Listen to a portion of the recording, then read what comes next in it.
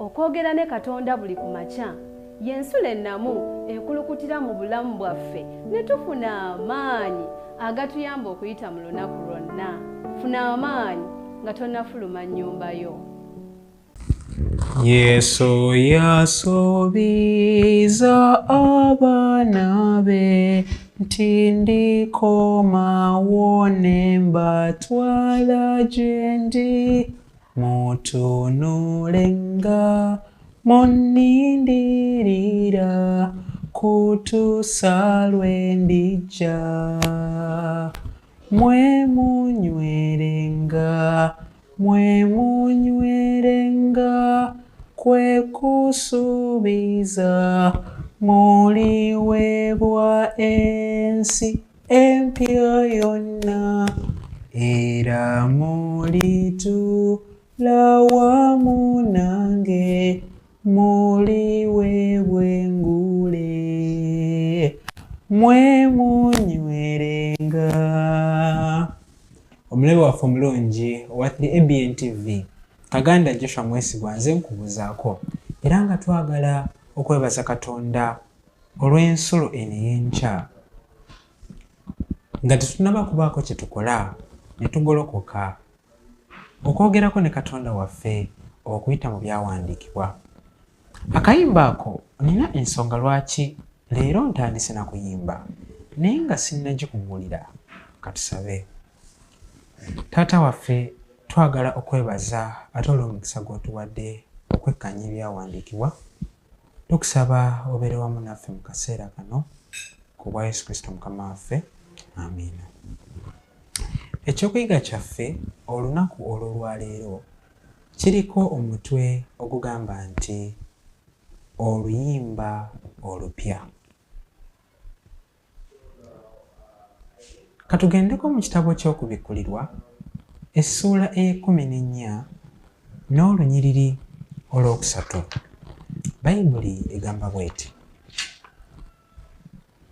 ne bayimba ng'oluyimba olujja mu maaso g'entebe ey'obwakabaka ne mu maaso g'ebiramu ebina n'abakadde, so tewaali muntu eyayinza okuyiga oluyimba olwo wabula akasiriivu mu 4,400 abaagulibwa mu nsi. Olunaku olw'ejjo twayinze nti Yokaana awulira amaloboozi ga mirundi 3 mu ggulu. Eddoboozi erisooka ly'eddoboozi lya Mukama waffe Yesu Kristo yennyini. Amaloboozi agaddako ge maloboozi g'abamalayika, n'eddoboozi eryokusatu ly'eddoboozi ly'abantu abaguliddwa, abantu abanunuddwa okuva mu mukono ogw'ekibi. Essuula ey'okusatu Bayibuli egamba bw'eti, etandise egamba ne bayimba. Ekibuuzo, baani abayimba? Jjukira mu kaseera kano mu ggulu tulabayo ebibinja bibiri. Tulabayo ekibinja ky'abamalayika ate tulabayo n'ekibinja ky'abantu abanunuliddwa, abalokoleddwa okuva mu nsi. Kati baani abayimba? Bamalayika be bayimba oba abantu abalokoleddwa okuva mu nsi be bayimba? Ansa tetuli wala nnyo, awo wennyini mu ssuula ey'okusatu bwe tugisanga. Ng'oluyimba olujja mu maaso g'entebe ey'obwakabaka ne mu maaso g'ebiramu ebina n'abakadde, so tewaali muntu eyayinza okuyiga oluyimba olwo wabula akasiriivu mu 4,400 abaagulibwa mu nsi. Bayibuli eraga lwatu nti abayimba oluyimba olujja be bali be twayogerako 14,100. Kati ekibuuzo ky'oyinza okwebuuza, be bokka abagenda okulokolebwa? Ekyo tugenda kukyanukula mu maaso awo, naye leka tusooke tutunuulire oluyimba luno olujja oluyimbibwa. Natandise n'okuyimba kubanga leero tugenda kutunuulira ku kuyimba. Okuyimba kwatandika ddi? Kwava wa? era nsonga ki lwaki Katonda yateekawo okuyimba. Bw'ogenda mu kitabo kya Ezekyeri essuula eya 28 olunyiriri olw'12, olw'13, olw'14 olw'15, Bayibuli erambika bulungi nnyo ekitonde ekiyitibwa Lusifa. Lusifa yali mu ggulu. Bwe yamala okugwa, bwe yamala okujeemera Katonda, olwo n'afuuka Setaani. Bayibuli etugamba nti Katonda yali akola Lusifa ng'eddoboozi lye liwulikika ng'emirere. Katusomeyo. Ezekyeri essuula eya 28 nze munnange ntuuseeyo. Ezekyeri 28 olunyiriri olw'13.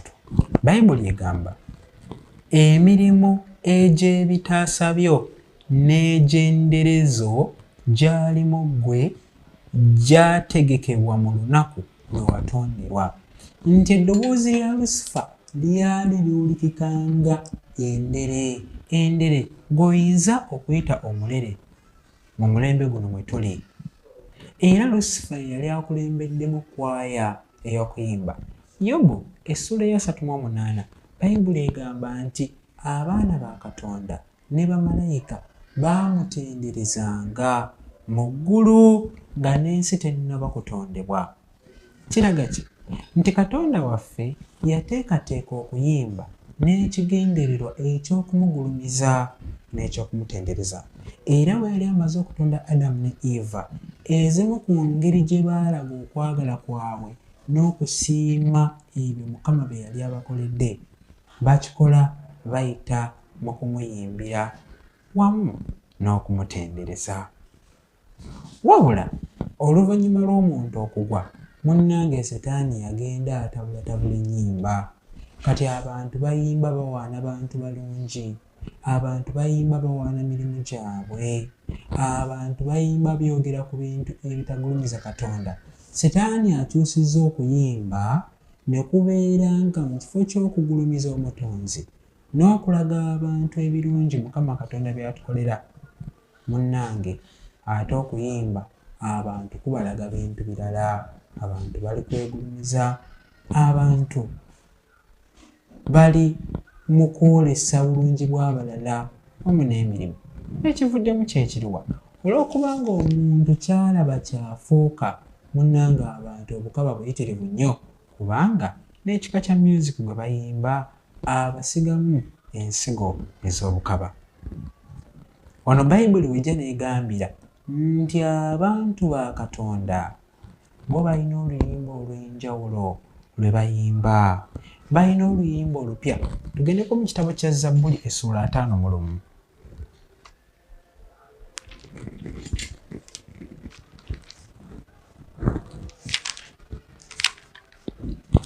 Zabbuli essuula eya 51 tulaba wano oluyimba oluyimbibwa Dawudi. Agamba, onsaasire ayi Katonda mu kisa kyo, mu bungi obw'okusaasirako nsangula ebyonoono byange byonna, onnaalize ddala mu bubi bwange, onnongoose mu kwonoona kwange, kubanga njatula ebyonoono byange n'ekibi kyange kiri mu maaso gange bulijjo. Dawudi ayimba akayimba ako okusinziira ku mbeera gy'alimu. Era ebiseera ebisinga bw'oba weetegereza ennyimba ze tuyimba, ennyimba zino tuziyimba okusinziira mu mbeera mwe tuli. Tuyinza okuba nga twagala kwejjukanya ku kudda kwa Yesu. Tuyinza okuba nga twagala kujjukira ekyo Yesu kye yatukolera. Tuyinza okuba nga tuyita Katonda gy'abeera wamu naffe, oba tusonyiwa obutali butuukirivu waffe nga Dawudi. Bayibuli etulaze bulungi mu kitabo ky'Okubikkulirwa nti oluyimba olugenda okuyimbibwa abantu 14,104 luyimba olujja, oluyimba olutamanyikiddwa muntu yenna. Awo tutandika okwebuuza ebibuuzo. Kijja kitya nti bano bagenda kuyimba oluyimba olutamanyikiddwa muntu yenna? abantu abagenda okukolebwa mu ggulu bayibuli ebaawulamu ebibinja bibiri. Ekibinja ekisooka kye ky'abantu abaafa ne balyoka bazuukizibwa, n'ekibinja ekyokubiri kye ky'abantu Yesu bagenda okusanga nga balamu. Abantu Yesu bagenda okusanga nga balamu, abo bayibuli beeraganga 14,114.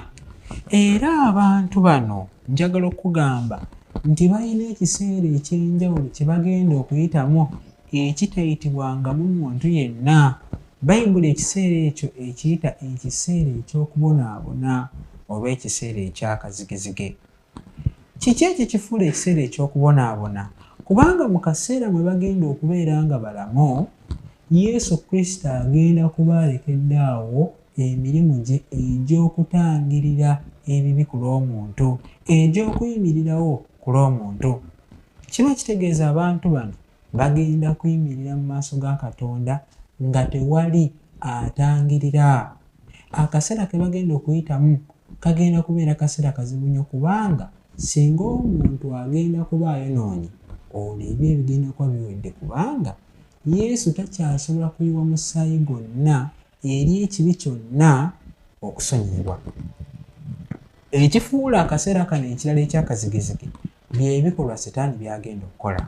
Omwoyo wa Katonda agenda kuba aggiddwa mu nsi, era Setaani agenda kubeera ng'emitima gy'abo abaakakanyala agiyina mu ngalo ze, olwo alyoke abakozesa ebintu ebitali birungi. Nga n'ebimu ku bintu by'agenda okubakozesa ng'oggyeko okuttiŋŋana mu bokka na bokka, agenda kubaleetera okwagala okutta abantu ba Katonda. Ekyo kye kigenda okufuula akaseera kano ak'akazigizigi. Tewagenda na kubaawo mmere ya kulya, tewagenda kubaawo mazzi ga kunywa. Abantu bano bagenda kuyita mu kaseera ako na kukkiriza kwokka, naye bagenda kuba banywevu, kubanga singa bagwa tebayinza kulabisibwa mu maaso g'endiga ku lusozi luli oluyitibwa olusozi Sayuuni. Oluvannyuma lw'okuyita mu kaseera ako, akaseera ako kabawa oluyimba olw'enjawulo. Abantu bali abaafa nga akaseera kano tekannatuuka lwe batayinza na kumanya. Kankuwa ekyokulabirako, oli oyiseko mu kaseera n'otandika okuyimba ennyimba tuyinza okuba tuzimanyi, naye gwe ng'oluyimba olwo lukkolera nnyo amakolo okusinga omuntu omulala yenna, kubanga akaseera gwe k'oyiseemu kanjawulo. Kankuwa ekyokulabirako ekya Dawudi. Dawudi atandika obulamu ng'omulunzi w'endiga. Nkubisaamu akafaananyi mu kaseera ako Dawudi ng'alunda endiga. Omusajja watunga naye bambi abala, agamba kanunde ekisibo kyange kino, ekisibo kyange kino kigijje, nange nfuneyo akataka, muze yampeewo akataka, nfune omukyala, nzaale abaana, nyongere okulunda ekisibo nfe. Kumbe Mukama Katonda waffe alina pulaani endala eri Dawudi. Asindika Samwiri afuka ku Dawudi amafuta, omwoyo wa Katonda ajjudde Dawudi. Dawudi addayo mu kulunda ensolo ze ng'ate bwakuba n'entongooli. Kabaka Sawulo omuzimu omubi gumutawaanya. Dawudi ayitibwa okuva mu kulunda endiga agende mu lubiri, ayongere okwetegereza bakabaka beeyisa batya. Munnange atuuka ku lubiri, Sawulo anyiiga, ayagala okumutegumbula, Dawudi adduka. Addukira wa? Asigala mu Isirayiri naye ng'abeera mu bibira, ng'abeera mu mpuku, ng'emmere alya buli bw'atyo bw'atyo. Dawudi yatuuka eyo n'afuna n'abantu abaamwegattako. Munnange Dawudi n'abeera mu bulamu, ng'obulamu bw'atambuliramu bulamu bwa kisa na bulamu bwa kukkiriza. Sawulo teyapowa, yadde Dawudi yali abeera mu mpuku, yasigala akyamuyigga. Munnange Dawudi n'ava mu mpuku n'adduka n'agenda mu Bafirisuuti. Olw'okubanga erinnya lye lyali lya ttutumu, olwatuuka mu Bafirisuuti, Dawudi ne yeegwisa eddalu. Ne balowooza nti ono Dawudi agudde eddalu. Naye oluvannyuma lw'ebyo byonna, Dawudi afuulibwa kabaka. Dawudi bw'amala okufuulibwa kabaka, bw'ajja nga ayimbira Mukama oluyimba olw'enjawulo, ffe abatayise mu mbeera eyo tetuyinza na kulutegeera. Omuntu singa basazeho okuyimbira Mukama oluyimba olw'okubanga Mukama amuwonyeza enjala, nze atalumwanga ku njala nyinza ogiba olutegeera? Siyinza kulutegeera. Yiyo ensonga lwaki okubikkulirwa Bayibuli etugamba nti bayimba oluyimba olujja era baluyimba mu maaso g'abakadde ne baluyimba ne mu maaso g'ebiramu ebina be bamalayika bonna. Bayibuli eyongera n'egamba bw'eti nti oluvannyuma lw'okuyimba oluyimba olwo kubanga be baagulibwa mu nsi. Owooluganda njagala okugamba nti naffe mu mulembe gwaffe guno tusobolera ddala okuyimbira Mukama oluyimba olulungi. Katugendeko mu kitabo kya Zabbuli essuula ey'ekikumi.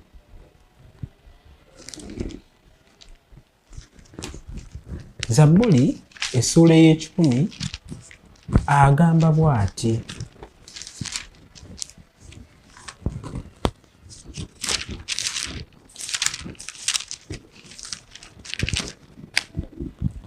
muleetere Mukama eddoboozi ery'essanyu mmwe ensi zonna. Mumuweereze Mukama n'essanyu, mujje mu maaso ge n'okuyimba.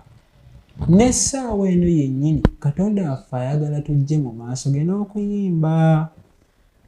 Emitwalo 40,000 bali mu maaso ga Katonda nga bayimba oluyimba olujja. Naffe essaawa eno Katonda waffe ayagala tujje mu maaso ge nga tuyimba ennyimba. Tolowooza nti nkugamba kugenda ku Ssabbiiti gy'oba oyimbira mu nnaku endala zonna obe ng'okola bibyo. Mu buli kimu ky'okola jjukira nti oli mu maaso ga Katonda era buli kimu ky'oyogera, buli kimu ky'olowooza kiwandiikibwa. Olw'okubanga bwe kityo bwe kiri, buli kiseera Mukama ayagala obeere ng'olina oluyimba lw'oyimba mu mutima gwo. Yeyo ensonga lwaki Mukama yatusaasira n'atuwa ennyimba za Kristo.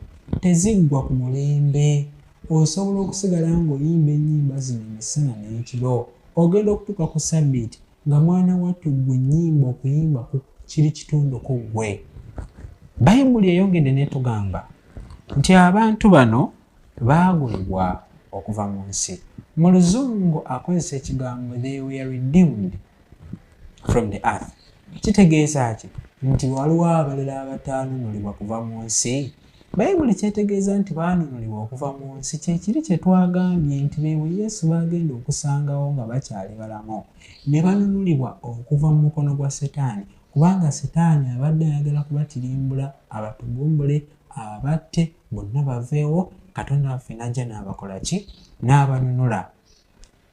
Abantu bano bwe bamala okununulibwa okuva mu nsi, olwo bagenda mu bwakabaka bw'eggulu. Era nga ge mawulire mukwano gwange, abaafa n'abakyali abalamu, kasita obeera nga wakola okusalawo okuwulira Mukama Katonda waffe ekyakugamba, effujjo n'oliteeka ebbali, emputtu n'ogissa ebbali, eggume ebyo n'obinaaba, n'oyambala obwetowaze, n'oyambala obugumiikiriza, n'oyambala okwagala, ogenda kununulibwa okuva mu nsi muno. Ekyo Yesu yakitusuubiza, ate Bayibuli egamba nti tayinza kulimba. Lwaki totandika okutendereza Katonda n'oluyimba olupya mu kaseera kano kennyini? Kubanga wanunulibwa. Lwaki obeera toyimba buli kiseera? Kanziremu nnyimba akayimba kano era ngenda kuyimba ekitundu ekisembayo.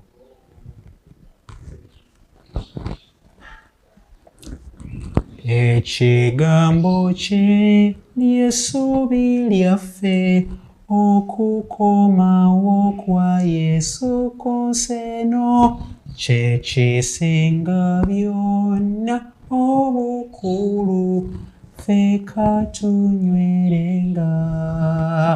Alijja mangu mwe munywerenga, kwe kusuubiza muliweebwa ensi empya yonna, era mulituula wamu nange, muliweebwa engule mwe munywerenga. Owooluganda bye bigambo bye ngenda okukolekera olunaku olwaleero. kuuma oluyimba olupya mu mutima gwo. Ate ojjukire nti Yesu talimba era agenda kukununula okuva mu mukono gw'omulabe. Kansabeko wamu naawe ate otandike olunaku olw'olwaleero n'emirimu nga Mukama w'anaaba asobodde okukikuwa. Katonda waffe weebale kututegeereza nti n'essaawa eno yennyini tusobolera ddala okukuuma oluyimba olupya mu mitima gyaffe. Naye Mukama tukusaba oluyimba lwe tukuuma mu mitima gyaffe lube nga luyimba olukutendereza n'olw'ebirungi by'otukolera ku nsi kuno.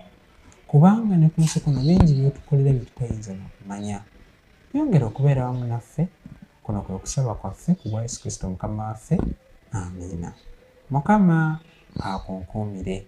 Tusisinkane enkya obudde bwe bumu essaala ze zimu. Okwogera ne Katonda buli ku makya y'ensula ennamu ekulukutira mu bulamu bwaffe ne tufuna amaanyi agatuyamba okuyita mu lunaku lwonna. Funa amaanyi nga tonnafuluma nnyumba yo.